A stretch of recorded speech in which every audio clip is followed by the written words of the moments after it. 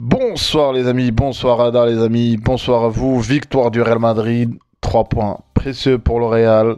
Et notamment, éventuellement, c'est ces matchs qui te font gagner le titre. Les amis, place au débrief. Franchement, que dire déjà?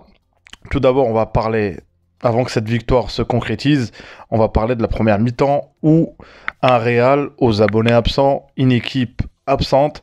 Il y a eu juste 5 minutes de la première période où un échange entre Vinicius et Benzema.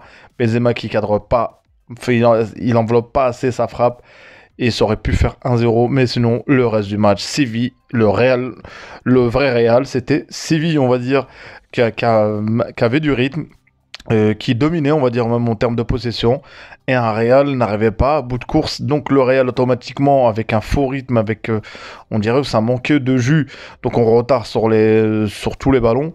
Du coup, un Real qui se fatigue, et du coup, des contres, il n'y arrivait pas. Et surtout, à cause de qui, les amis? Il y a surtout quelqu'un qui ralentissait le jeu. C'est pas une surprise pour personne. Franchement, Isco, je ne comprends pas. Isco, il fait un bon match, on va dire la semaine dernière. Ça y est, on se dit que cette fois-ci, mais ça fait au moins, je sais pas combien de temps qu'il fait ça au Real. Ça fait 7, 8 ans, 10 ans, je sais pas. C'est toujours la même. Il va faire 3, 5. Après, à la fin, on voit aujourd'hui ce que ça donnait. Et on parle même pas de la deuxième mi-temps. La deuxième mi-temps, il a disparu. Il y avait plus rien. Isco, c'était. Et il n'y a pas que lui d'ailleurs, déjà en première. Il y a Gareth Bale, je suis désolé.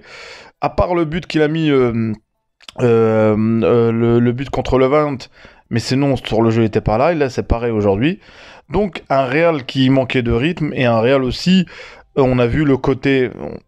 Point de vue logique, Carvajal manque de rythme, Valverde qui aidait pas assez, et Gareth Bale, rien du tout. Donc, ça veut dire le côté droit du Real Madrid était très très faible, contrairement au côté gauche où il y a Gutiérrez. Franchement, c'est pas mal ce qui craint rien, qui a de l'envie, je sais pas ce qu'est son devenir, mais il est là ce joueur, il est là. Il y a eu la blessure de Nacho, mais il est là du coup avec Vinicius sur ce côté-là, Benzema qui venait aussi. C'était pas mal, je trouve. C'était pas mal, c'était rythmé. Et c'est de là où il y a eu la première grosse occasion. Donc, une première mi-temps à oublier pour le Real Madrid. Et j'avais beaucoup d'inquiétudes.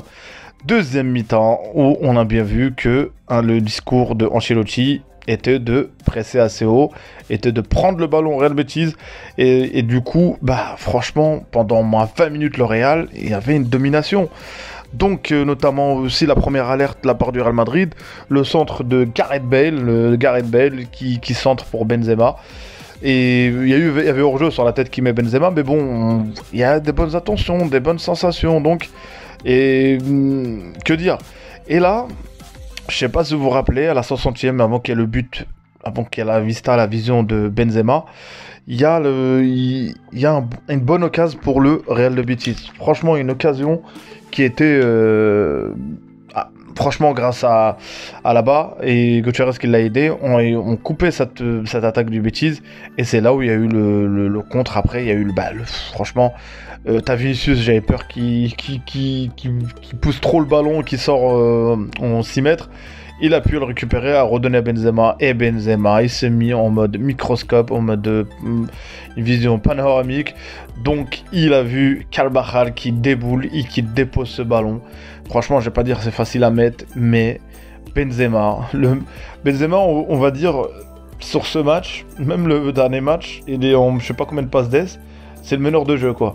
Et les gens qui disent que Benzema ne marque pas, voilà l'utilité de Benzema. Benzema, c'est quelqu'un qui peut parfois se transformer en meneur de jeu. Et il a continué juste après, là, l'ouverture du score pour Carvajal. C'est mérité, ça va lui donner on va dire, il va prendre confiance encore. Parce que là, Carvajal, le premier mi-temps, il n'était pas trop là, je trouvais qu'il ratait beaucoup. Mais la deuxième mi-temps, c'est pas mal pour le but qu'il a mis. Et aussi Cabenueve, encore là, Cabenueve. Maintenant, on va parler de... Il y a eu des changements. Moi, je suis désolé. Gareth Bale, rien du tout. Isco, j'ai parlé aussi.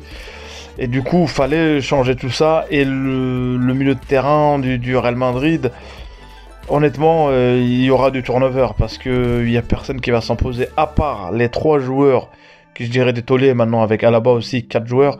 Courtois, Alaba... Casemiro et Benzema, ça c'est les tauliers du Real Madrid. Aujourd'hui, c'est les tauliers. Et Modric quand il est en forme, mais je parle des joueurs qui vont jouer titulaires d'office. Donc le reste, je pense que ça va tourner. Je pense qu'il y a du turnover. Et là, l'entrée qui est pas mal de Hazard, l'entrée de Asensio qui est pas mal aussi. Donc franchement, Vasquez, on va dire directement après la sortie de Gutiérrez, il a basculé sur le côté droit. Mais sinon, franchement, une deuxième mi-temps, notamment aussi l'action de Asensio qui, quand il rate le ballon là, sur le contre. Mais c'était pas mal, c'était bien pas mal tenté. Donc le Real, 3 points les amis. Et franchement, ça fait du bien sur 3 matchs. Je sais pas combien de matchs à l'extérieur le Real vont jouer. Et ça, tu prends 7 points. Et le titre se joue souvent sur des matchs comme ça. Et c'est dur de battre le Betis. C'est dur pour le Barça, c'est dur pour le Atlético. C'était un combat ce soir. Hein. Et la deuxième mi-temps, on va dire, c'est pour les entraîneurs. Et Ancelotti a gagné tactiquement, techniquement. Donc après, le Real était solide. Il y a eu des occasions, on va dire... Faut pas oublier aussi la parade de la dernière minute de Courtois. Et quand t'as un gardien qui te rassure, t'as une muraille comme ça, là, cette muraille, c'est logique, tu peux prétendre à pas mal de choses. Peut-être le championnat, le Champions League, on verra bien. Mais en tout cas, faut pas répéter ces premières mi-temps parce que tu refais ça une première mi-temps contre une grosse équipe, tu peux perdre le match. Hein. Parce qu'il y a eu 2 joueurs franchement énormes, Canales et Fekir. Très beau match de Fekir, franchement, même qui garde le ballon, il temporise, il obtient des fautes. Et aussi Canales c'était pas mal. Mais sinon, franchement, c'était agréable la deuxième mi-temps, même au niveau du rythme des deux équipes, hein, je dirais. Donc un Real qui m'a convaincu quand même parce que j'avais peur après le match nul contre le 20. Le Real il devait gagner ce match. Hein. Dommage parce que le Real devait gagner ce match. Maintenant, il y a aussi la non-titularisation de Hazard. Il faut comprendre aussi que, et à un moment donné, Vinicius, il a 3 buts. À un moment, faut lui donner, faut le récompenser. Et il l'a pas déçu quand même, je dirais, sur ce match. Hazard, est-ce que maintenant il peut jouer que 20 minutes? Mais moi, pour moi, Hazard, en forme, c'est un Hazard au top. Mais Aurel, est-ce qu'il a déjà été au top? Je le mettrais lui à la place de Vinicius, mais bon, le mérite revient à Vinicius aujourd'hui. Et là, en instantané, c'est Vinicius. Hazard, il a fait une bonne entrée, notamment grâce au meneur de jeu du Real, Benzema, qui a donné le ballon qui a fait une passe Hazard aurait dû marquer. Un Hazard en confiance te met une frappe sur la lucarne. Donc, il continue à progresser, Hazard, comme ça, qu'il se blesse pas, surtout. S'il se blesse, je pense que c'est condamné pour lui. Et on a bien vu le message qui est très clair d'Ancelotti. Avec moi, j'ai pas le temps de sacrifier quelques joueurs, quelques potentiels que j'ai. Donc soit t'es en forme, soit tu restes sur le banc, soit tu restes choix numéro 2 ou 3. Donc le Hazard de prouver, Hazard ça reste un grand joueur, on verra bien. Donc et Gareth Bale aussi, j'étais déçu quand même sur ce match. Mais on verra, de toute façon on va pas, c'est 3 matchs. Mais en tout cas les certitudes on les a vues sur les tauliers, sur Alaba. Et sur la charnière, entre Alaba et Militao, c'est pas mal, j'allais oublier. Franchement, c'est pas mal. Donc voilà les amis, 3 points à la Madrid. Les amis, si vous n'êtes pas abonné, abonnez-vous, commentez, likez si vous avez aimé la vidéo.